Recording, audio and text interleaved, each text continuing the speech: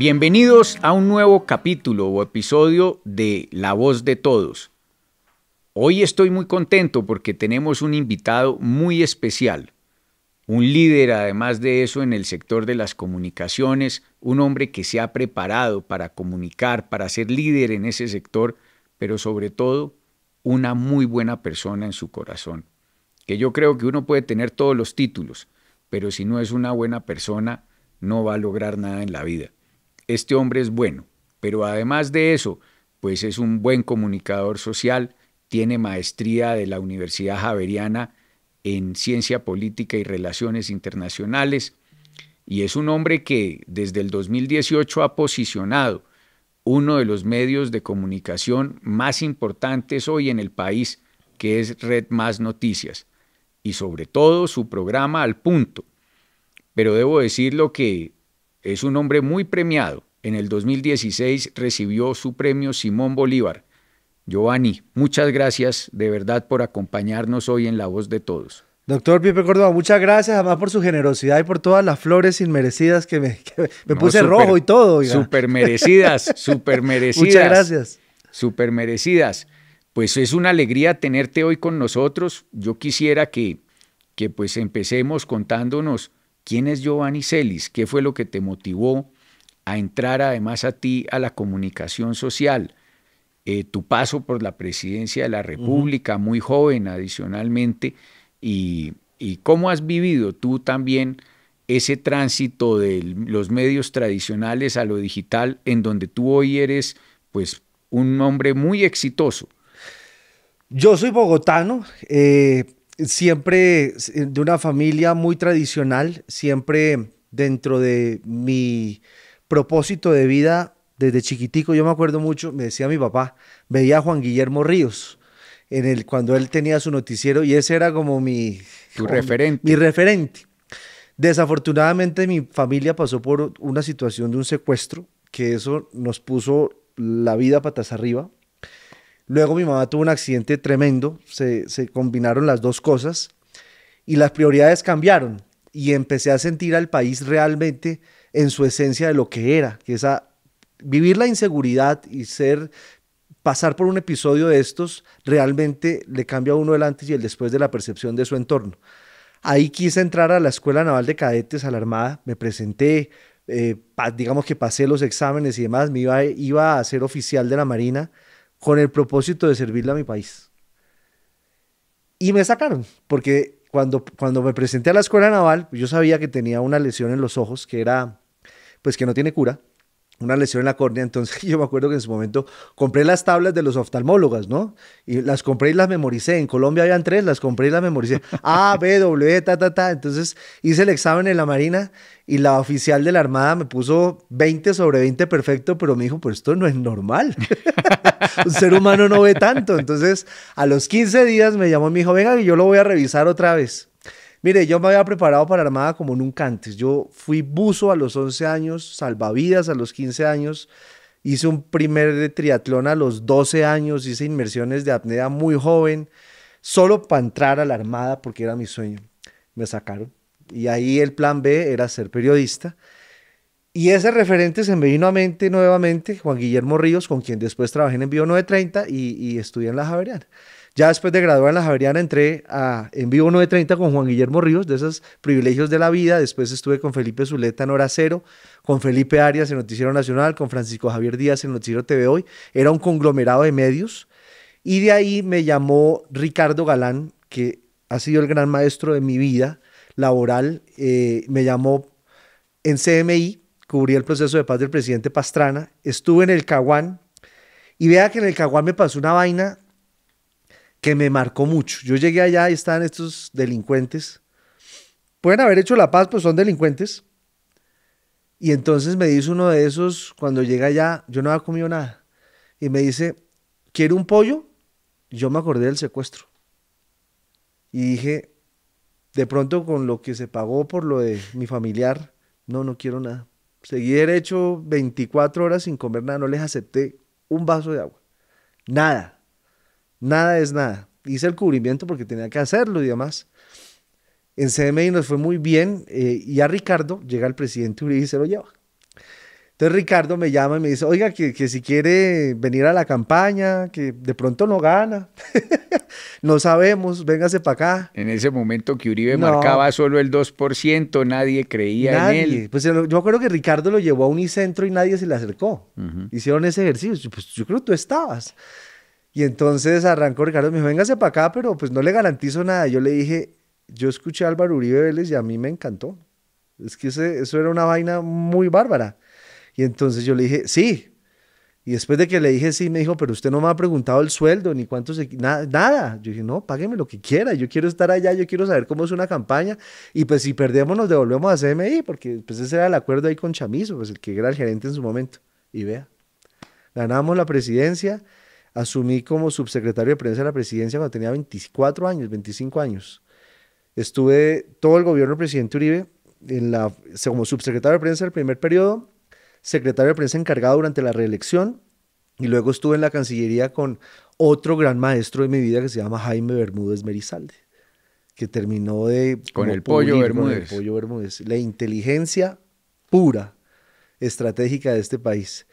Ya después de ahí, de la presidencia, Gran Escuela, pasé a Planeación Nacional. Allá estuve con Hernando José Gómez y con Mauricio Santamaría. Mauricio Santamaría, personaje más agradable en este planeta, no existe. Y después el grupo América Móvil, que es Claro Colombia, funda un noticiero en Colombia. Le dan la dirección a Álvaro García. Álvaro García, el primer contratado fui yo como subdirector. Y lo mismo que en la campaña, arrancamos con 2 sillas Rimax. Y entonces allá Alvarito tenía una silla Rimax, yo otra silla Rimax y se queda mirando y dice, bueno, ¿y ahora qué hacemos? Entonces fueron 3 meses para contratar a la gente, traer los equipos y demás. Y ahí lo que se proyectó fue un noticiero diferente, que es conocer las noticias es bueno, entenderlas es mejor. Entonces lo que descubrimos es, los medios ofrecen en 1 hora 40, 50 noticias y lo hacen muy bien. Para ser disruptivos hagamos algo distinto. La información es un commodity, lo que vale es el análisis. Contemos 7 y expliquémoslas, no es más. Y eso lo hemos mantenido ya durante 12 años que vamos a completar este año. Esa ha sido mi carrera.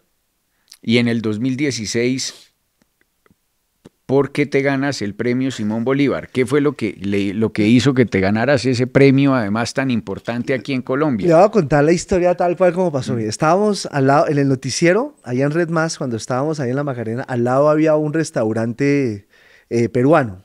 Y entonces con el subdirector en ese entonces, Gabriel Romero, estábamos en un desparche tremendo. Y Álvaro García me había llamado y me había dicho, ¿por qué no estamos buscando niños? En ese entonces las noticias se estaban muriendo de hambre en La Guajira. Yo tenía la Fly en Bogotá.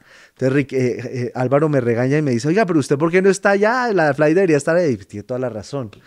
Yo estaba chantado, me fui allá, me estaba tomando un mojito con gallito. Mandamos la Fly y en esa me llama un periodista, el que estaba allá, y me dice, estoy por Fonseca y no hay militares. Yo, ¿cómo así que no hay militares? Esto está despejado, no hay militares. Yo, pero ¿cómo así que no hay militares? Si al lado hay un batallón de los tanques de guerra que ha comprado Santos en su momento. Me dijo, aquí no hay nada. El periodista que estaba, uno de los mejores investigadores de este país, Mario Villalobos, estaba allá, que es un periodista estupendo, llegó y me dijo, ¿qué hacemos? Yo, metámonos allá. Él llega y encuentra la población de Conejo despejada, con las FARC uniformados, en armas, haciendo proselitismo en un pueblo. Imagínate. Nosotros hicimos la denuncia, la habilidad de Mario, nosotros recibimos la información, la publicamos, la mandamos a todos los medios, el gobierno no pudo decir nada. Claro, estaban molestos en ese momento, el gobierno Santos, pero nada que hacer. Les tocó después No, pues era reconocer la que realidad. realmente hubo un pequeño despeje ahí y las FARC estaban haciendo proselitismo político sin entregar las armas y sin firmar la paz. Entonces ganamos el premio Simón Bolívar a mejor cubrimiento periodístico en ese momento con Mario Villalobos, Gabriel Romero y Álvaro y yo, porque hicimos ese trabajo periodístico, pero todo resultó como todo en la vida. Las cosas buenas aparecen después de un inconveniente. Si Álvaro no hubiera jalado las orejas con toda razón, porque no estaba haciendo ese cubrimiento, no hubiéramos mandado la Fly y no nos hubiéramos topado con esa información. Uno en este camino periodístico, uno se topa con las informaciones muchas veces y con las grandes historias. Yo creo que yo le echo la culpa siempre a mi Dios Sí, de todas esas cosas que le pasan a uno, porque yo pues trabajaba, ¿te acuerdas?, en la presidencia de la República en el año 2002 al 2006 y llega un alcalde y me dice, después de que muere mi mamá, 3 meses después me busca y me dice que si quería que yo fuera su secretario de gobierno. Y pues tú sabes que yo no he sido de familia política ni he tenido adicionalmente nexos de esa índole, pues eso para mí fue una bendición. Y pues pasan las cosas así, todo se vuelve diosidencias. Sí, así es. Es impresionante. Hay una frase en hebreo que es Gam Zulet Tova, quiere decir todo ayuda para bien. Todo. Y así nos lo topamos y así fue como lo ganamos. Pues mira la importancia, sigue siendo de gran importancia nuestros medios de comunicación. ¿Qué piensas tú en este momento de grandes desafíos digitales en donde las redes sociales empiezan a mostrar que hay un desborde, que es muy importante la rigurosidad periodística, esa rigurosidad que ustedes tienen desde estos medios que contrastan las fuentes, que equilibran realmente las informaciones? ¿Qué piensas tú definitivamente que se debe ser ante este mundo globalizado en donde hoy nos están bombardeando con una mano de desinformación? Yo ayer lo dije en el noticiero al aire, yo creo que lo que está haciendo un gran daño a la profesión y a la democracia son las bodegas y esta famosa postverdad, que es coger un poquitico de verdad y mezclarla con mucha mentira y desviar la atención.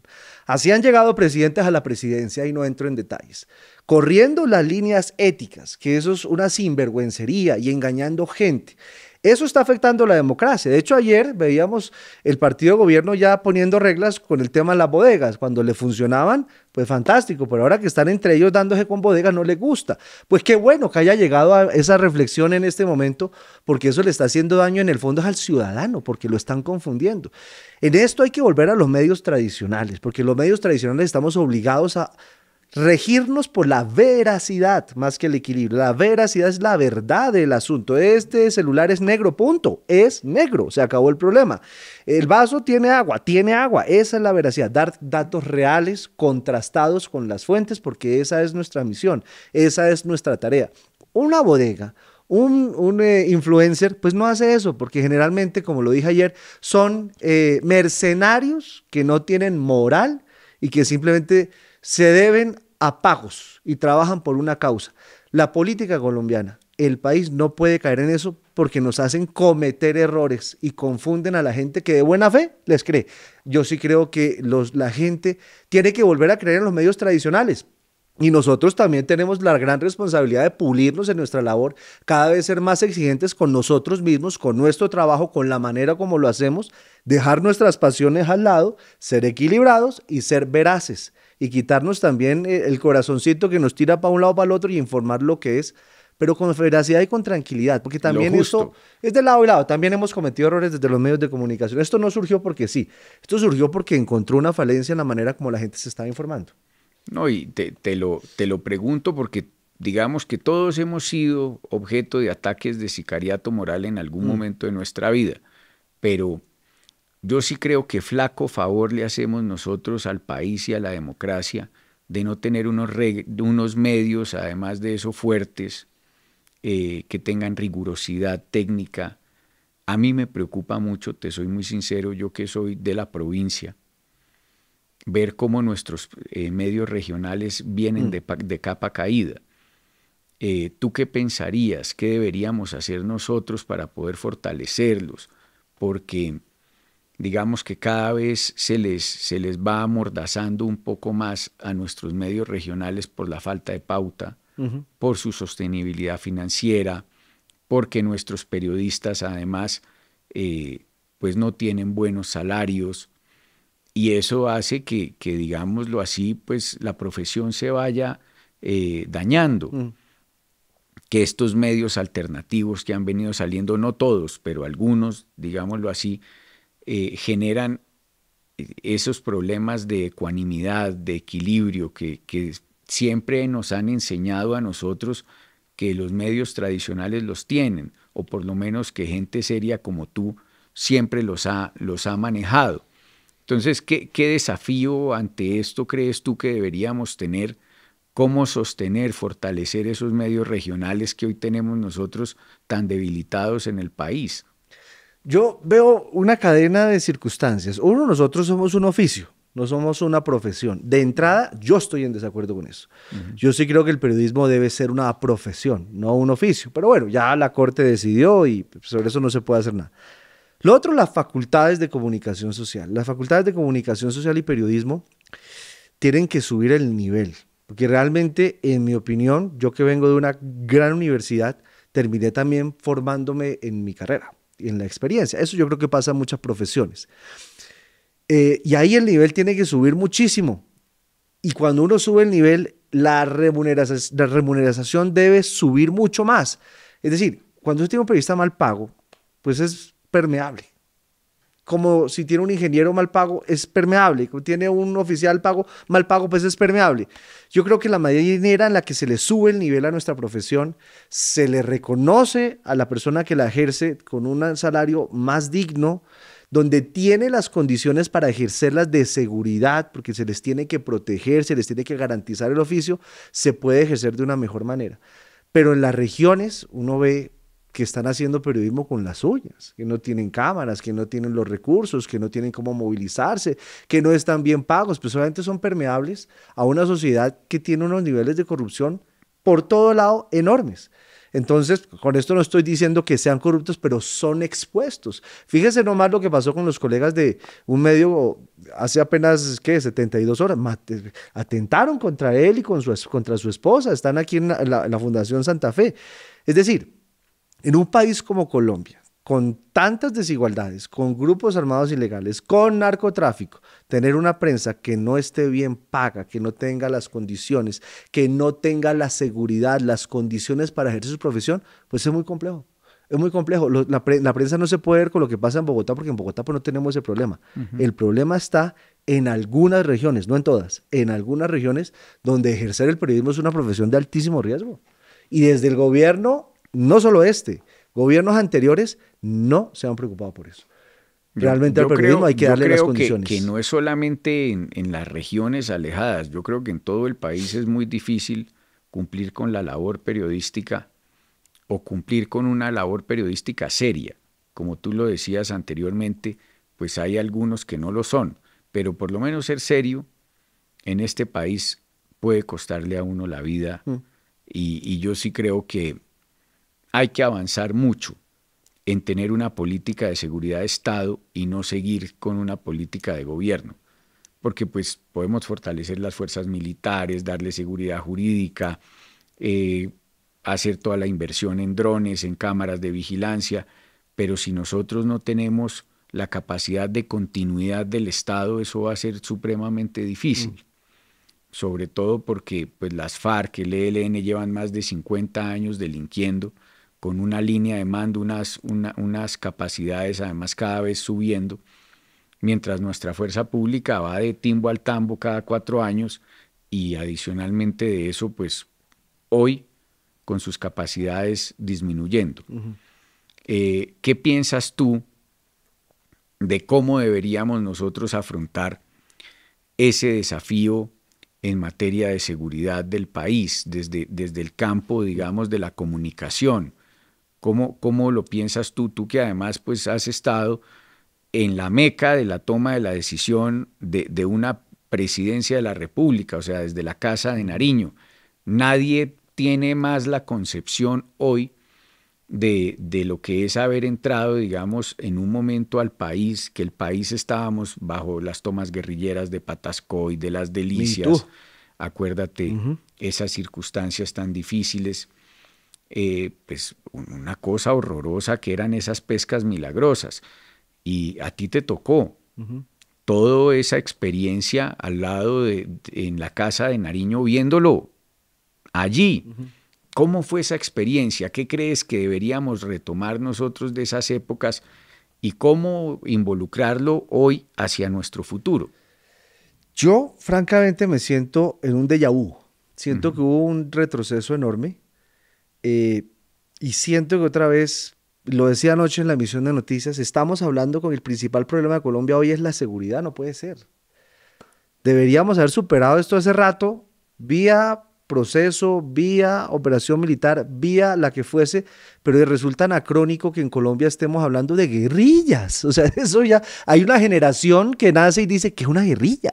Aquí seguimos hablando de las mismas guerrillas y en las guerrillas vemos a los mismos dinosaurios, sus comandantes son de 70 años. Entonces, digamos, no puede ser que no hayamos superado esto.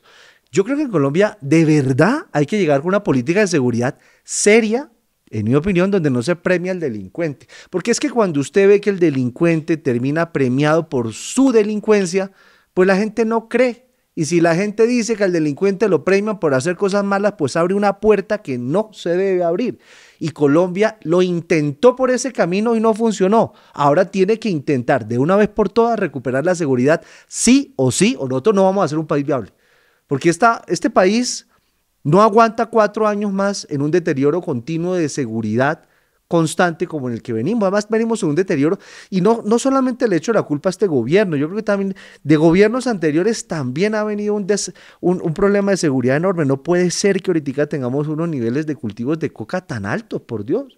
Anoche cuando estábamos hablando de qué va a pasar con los norteamericanos, que si nos van a poner arancel o no alto, pues yo no creo que sea tan alto porque igual nos van a desertificar. Veníamos de tener las hectáreas de coca medio controladas con un esfuerzo enorme de las fuerzas militares a que la ONU diga hace un mes que estamos disparados por culpa de Colombia. Porque aquí no dijeron que Bolivia, que Perú, no dijeron, es culpa de Colombia que no está haciendo lo suficiente. ¿Cuándo vamos a salir de esa cadena? Y para salir de eso necesitamos seguridad. Sin seguridad no hay nada. Y llevamos en un estancamiento bárbaro en el tema de seguridad y seguimos igual. Mire, lo de Miguel Uribe, que haya pasado eso aquí en Bogotá es inaceptable. Que pase en las regiones es inaceptable. Yo creo que el mundo cambió y Colombia no se dio cuenta que cambió. Tenemos que volver a la senda de seguridad. Si nosotros no le garantizamos la seguridad y volvemos a creer, el país se nos va a ir. Y para eso, doctor Pipe, hay que crear confianza. Y la persona que llegue debe generarle esa confianza a los colombianos, querer mucho a Colombia, como algunos gobiernos han querido mucho a Colombia, y sacarla, pero de una vez por todas adelante. Porque estos vaivenes de nuestro país no pueden seguir así. ¿Estás de acuerdo que deberíamos tener una política de Estado, más no de gobierno? Claro, porque es que si no seguimos en la misma cosa, entonces uno hace la paz, el otro no la implementa, uno hace una política de seguridad, el otro la echa para atrás, pero más allá de la política de gobierno, el Estado, el ciudadano todavía no pueden ir a Cimitarra, no pueden ir a los llanos orientales. Es que miren lo que pasó en el Valle del Cauca, 24 atentados terroristas que hubo en 8 horas, no puede ser. Terrible, se acabó la inteligencia del Estado. ¿Dónde está la inteligencia? Los helicópteros, anoche estábamos hablando, ¿van a reemplazar los Black Hawk que ya no están volando? ¿Van a reemplazar los MI-17 que ya no están volando? ¿Tenemos aviones de combate? La respuesta es hoy no, los acuerdos no están listos. Y entonces, aquí está. Es que el tema de la seguridad es un tema fundamental. Si Colombia de verdad no se pone las pilas con este tema, y no es una crítica a las fuerzas militares, porque las fuerzas militares han demostrado ser lo suficientemente constitucionales para guardar la distancia con la política y hacen lo que pueden con lo que tienen. Pero si no se les dan las herramientas y sobre todo la cobertura, el respaldo político y el respaldo judicial, pues ellos lo que están haciendo es lo que pueden. ¿No pueden hacer más? Claro, pero además mientras tú tengas una mordaza, porque tú no puedes decir lo que crees, tú no puedes actuar, hacer las operaciones no solamente por el tema económico, sino porque si tú haces una operación al otro día, pues te despiden de la fuerza. Entonces yo sí creo que hay que quitarle en algún momento, digamos, la política debe ser es de Estado y no de gobierno, porque no podemos seguir nosotros sometiendo a nuestros militares y policías al vaivén o al capricho del presidente de turno para que tome las decisiones en materia de seguridad que él considera o no. Sobre todo, como tú lo decías, el principio básico de una democracia es la seguridad. Y eso nos lo enseñaron desde los señores feudales, que se iban y se agrupaban ante el señor feudal, era por la seguridad. Pero digamos que hoy vemos con mucha desconfianza, con mucha intranquilidad ese tema. Yo sí creo que hay que volver a confiar en Colombia y hay que volver a confiar, que sí confío en nuestra gente. Hay que hacer todo lo que se pueda para erradicar esa vagabundina de la extorsión, del secuestro. Hoy nuestros vendedores informales están pagando de 2.000 a 3.000 pesos diarios el que vende el tinto, el que vende adicionalmente el mango. Es muy delicado, muy delicado. Y la excusa no puede ser la pobreza, porque este no es el único país pobre, pero sí es creo que el único en el mundo que tiene guerrilla.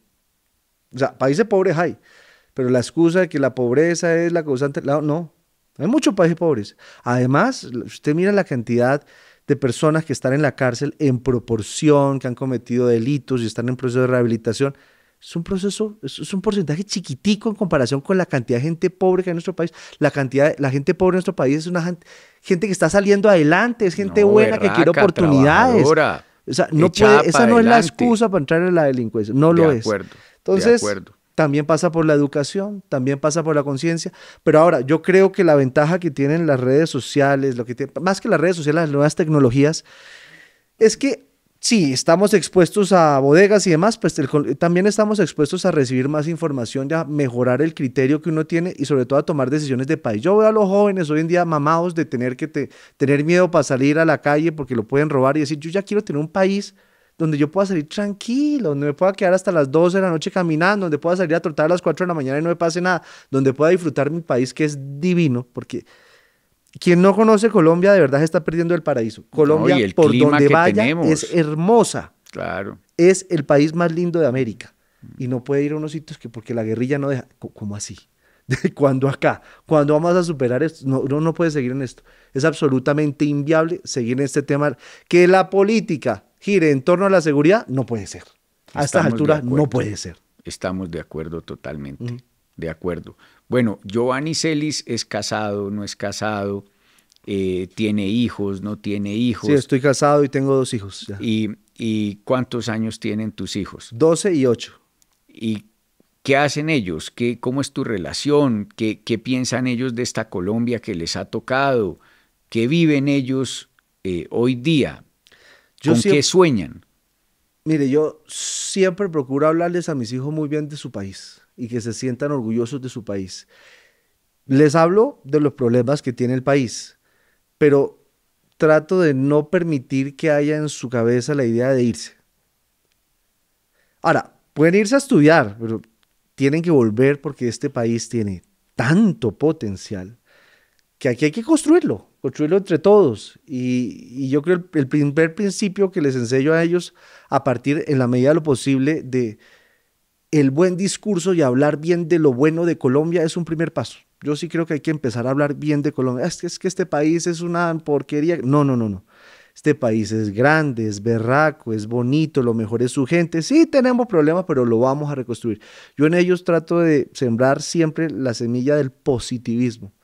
Yo sí creo mucho en el poder de las palabras para que cuando ellos hablen de Colombia, hablen bonito y se sientan orgullosos de Colombia cuando salen y que traten de construir un discurso bonito en su entorno de Colombia. Si eso se replicara en todos los espacios de nuestra sociedad, yo creo que empezaríamos a cambiar incluso la misma imagen de nuestro país. Yo creo que Latinoamérica tiene un gran problema y es que hablamos tan mal de nuestro país, de nuestros gobiernos, de nuestro Estado, que por eso estamos como estamos. Yo veo en Europa la gente se siente muy orgullosa de su país y habla bien de sus países. Claro, no tiene los problemas que uno tiene, pero en algún momento pasaron por los mismos. Yo desde la facultad discursiva que tienen los niños chiquitos, por lo menos en el entorno mío, que se sientan orgullosos de su tierra. Y que si hay que criticar, se critique en positivo. Y que siempre se vea como una oportunidad de mejora en lo que les toque. Esa es la pequeña semilla que uno puede sembrar, no es más. Es muy importante porque hoy necesitamos más que nunca a nuestros jóvenes y nuestros niños. Tú sabes que ha bajado Pero la enamorados tasa, de Colombia. Claro, y tú sabes que ha bajado la tasa de natalidad del 33%. Sí. Es terrible hasta en materia económica, porque ¿cómo vamos a sostener entonces nuestro sistema pensional? Pero yo te lo pregunto porque pues yo creo que nosotros tenemos que volver a confiar en Colombia, que nuestros hijos estén comprometidos. Yo recuerdo mucho las frases de mi madre. Mi madre murió de un lupus eritematoso sistémico, una enfermedad muy grave. Y todos los días se levantaba a las 4 de la mañana mi mamita y me decía, Pipe, hay que sacar a bailar el dolor. Y en los momentos más duros de nuestra vida me decía mi hermanita y a mí, Pipe, nosotros somos fuertes, valerosos y capaces. Y por donde uno camina por este país, uno encuentra es gente fuerte, valerosa y capaz. que sale a ponerle el pecho a la brisa, hay gente con toda la mística, las ganas. Entonces nosotros no podemos dejar perder este país a 2026. Ahí es muy importante el liderazgo que ustedes tienen desde los medios de comunicación serios, objetivos, que nos pueden ayudar en este propósito, pero sobre todo con tu familia, con los niños, para poder fortalecer efectivamente todo ese cariño y ese amor que necesitamos por nuestra propia gente. Hay un tema del discurso positivista que yo creo que es el primer paso. Yo creo que lo que diferencia a unas naciones de otras es el positivismo que hay en sus sociedades. Colombia tiene que volver a ser positiva, tiene que volver a hablar bien de Colombia, sentirse orgullosa de Colombia, pero hay que solucionarlo de seguridad urgente, porque si eso no pasa, pues no sirve el discurso positivista. Yo puedo hablar bien de Colombia, pues ya me pasó. Se metieron al apartamento, me lo destrozaron. ¿Y sabe qué pasó? Nada. No, y es que la impunidad nos está matando. El 95% de impunidad en un país, en una democracia, no es justo. No es justo. Entonces, claro, visibilizar los problemas, entenderlos, reconocerlos y buscarles soluciones. Es lo que toca. Por lo que yo digo, ya llegó una generación que ya no está dispuesta. Tal vez la mía fue muy tolerante, pero las generaciones que vienen atrás no están dispuestas a tener semejante país tan bello en manos de delincuentes, en manos de problemas de seguridad, con estos problemas de impunidad, porque ya no es sostenible, porque la opción de irse no es una opción. Los recursos están acá, la capacidad está acá. Cada vez irse es más difícil. Mira las políticas migratorias cómo están en todo el planeta. Terrible. Son terribles. Terrible. Ya irse es un suicidio. Entonces hay que quedarse, pero en el fondo eso ayuda para que se queden, para reconstruir lo que hay acá. Yo tengo mucha fe en Colombia, yo creo en Colombia y yo creo que esto lo vamos a sacar adelante independientemente de quien llegue a la presidencia de la República. Tiene que sacar esto adelante porque esto no es sostenible, seguir en esta espiral. No estoy hablando de política, no estoy hablando del gobierno, estoy hablando de la espiral de violencia en la que estamos. Colombia no puede seguir con estos niveles de homicidios, secuestros, extorsiones, no puede. Y recojo mucho lo que tú dices, el problema de la seguridad en últimas, a uno el ladrón no le pregunta si es de izquierda o de derecha para robarlo primero a uno, o a ti, digamos, no, la diabetes no te pregunta si tú eres de izquierda o de derecha para que te dé diabetes o cáncer.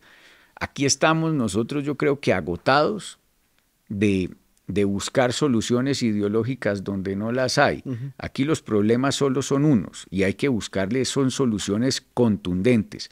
Creo que en eso es supremamente importante, pero recojo completamente ese mensaje que hay es que dar resultados, soluciones. Y pues te agradezco mucho, de verdad, querido Giovanni, que estés hoy aquí. Es un gusto verte. Yo que te he admirado desde muy niño, pues para mí es un gusto poder tenerte hoy, saber y contarle al país quién es Giovanni Celis, el hombre, el ser humano bueno que siempre he conocido yo, esa buena persona y sobre todo algo que dijiste que lo recojo con todo el cariño y es que hay que dar resultados, hay es que solucionar los problemas de nuestra gente por encima de la ideología que sea. Aquí tenemos que ponernos en la tarea de solucionar los problemas a los colombianos. Muchas gracias, doctor Pipe, por habernos invitado a su programa. Lo agradezco mucho, gracias por el reconocimiento. E independientemente de lo que diga esta carrera política, porque usted sabe que en Red Más hablamos con todos, los de derecha, los de izquierda, los de centro, sea el que llegue, que quiera a Colombia, que se entregue a Colombia, que quiera madrugar a trabajar por Colombia y trasnoche trabajando por los colombianos a solucionarle los problemas. Colombia merece que la quieren, Colombia necesita que la quieren, Colombia necesita 7x24 que estén pendientes de ella porque Colombia tiene que salir de este lío en el que está desde hace muchos, muchos años. No estoy hablando de gobierno, estoy hablando de problemas generacionales que vienen enmarcados en la violencia que algún día tenemos que superar. Así es. Gracias, querido Giovanni. Muchas gracias, doctor Pipe. Muchas gracias. Y a todos ustedes, gracias por acompañarnos en otro episodio de La Voz de Todos, en donde nuestra voz sí cuenta.